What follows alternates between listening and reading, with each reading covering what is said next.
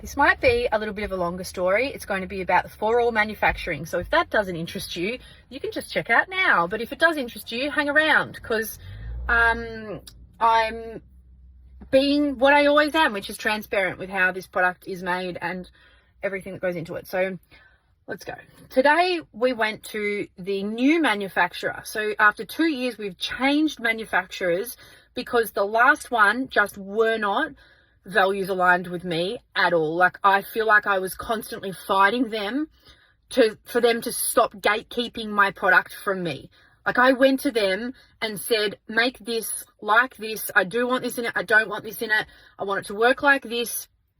And then I told them that I wanted full transparency, because the cleaning product industry is not transparent. It's not regulated like the health and the beauty and the food industries. So you don't have to put all your ingredients on the label. Cleaning products literally do not have to tell you what is in their cleaning product. That goes for everything that you can get on the supermarket shelf. It goes from even Zero Co, Koala Eco. None of them are regulated at all. All you can do is trust that they're telling you the truth when they tell you what's in their product. That drives me crazy. So I went to this manufacturer and I said to them, I want to make this and I want full transparency. I want every ingredient on my label. Well, what did they do? They didn't tell me every ingredient they didn't tell me it.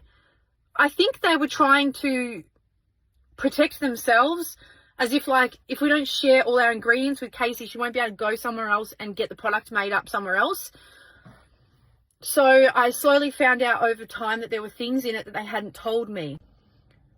And one of those things we think is a thickener. So I went to a new manufacturer and I gave them the product, and they've pulled it apart, and they said that in the ingredient list that I have for it, I've not been told that there's a thickener, but there is obviously a thickener in it because it's thicker than it would be without it.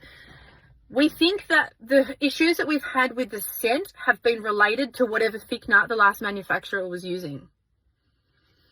Thickeners in general, it's not necessarily that it's a bad thing that that there's a thickener in it. It's just that I could have got to the bottom of the scent issues had the bloody manufacturer told me there was this ingredient in it. Because when you get all of the raw ingredients, you actually can just smell them.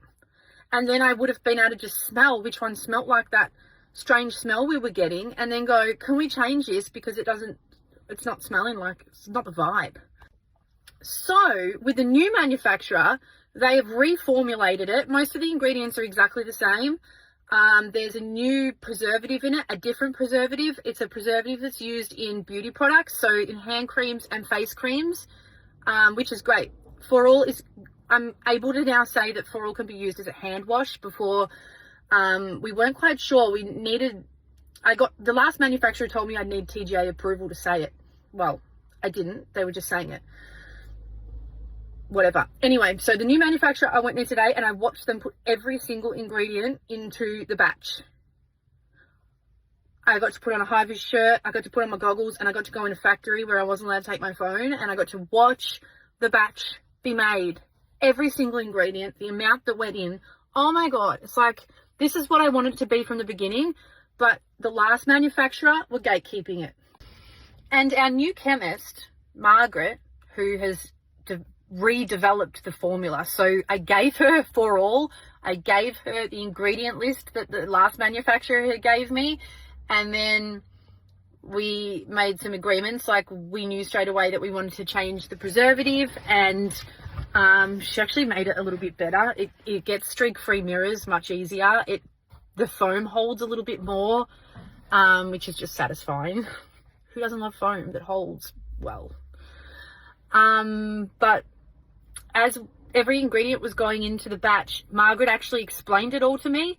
So not only did I get to see it going in to the big giant mixer, I also had it explained to me, and I just understand so much more about surfactants, about the pH, the sodium hydroxide that changes the pH. So if we didn't have that in it, For All would actually be really acidic, which I didn't. I actually guessed that it would be alkaline. I had no idea, but surfactants are acidic. And so when you see citric acid added to a cleaning product, you might think that it's added there to make, because the citric acid will make it more acidic and it will clean more. But actually, citric acid is used in cleaning products to heighten. So acidic is low on the pH scale. It's like 2, 3, 4. And then you get to neutral, which is 7. Citric acid actually brings it closer to neutral. It does not make the cleaning product more acidic. I did not know that. I had no idea. It seems counterintuitive. But citric acid does not make cleaning products more acidic. It makes them less acidic. And obviously you can tell I'm not going to become a chemist anytime soon. But interesting stuff, huh? Interesting stuff. Now, every time you see citric acid on my car keys. Every time you see citric acid in a cleaning product and you go, oh, that's there because it's acidic and it's going to clean more. Now you're going to know. Actually, it's there because it is a pH stabilizer. And it's there to, make it not so acidic.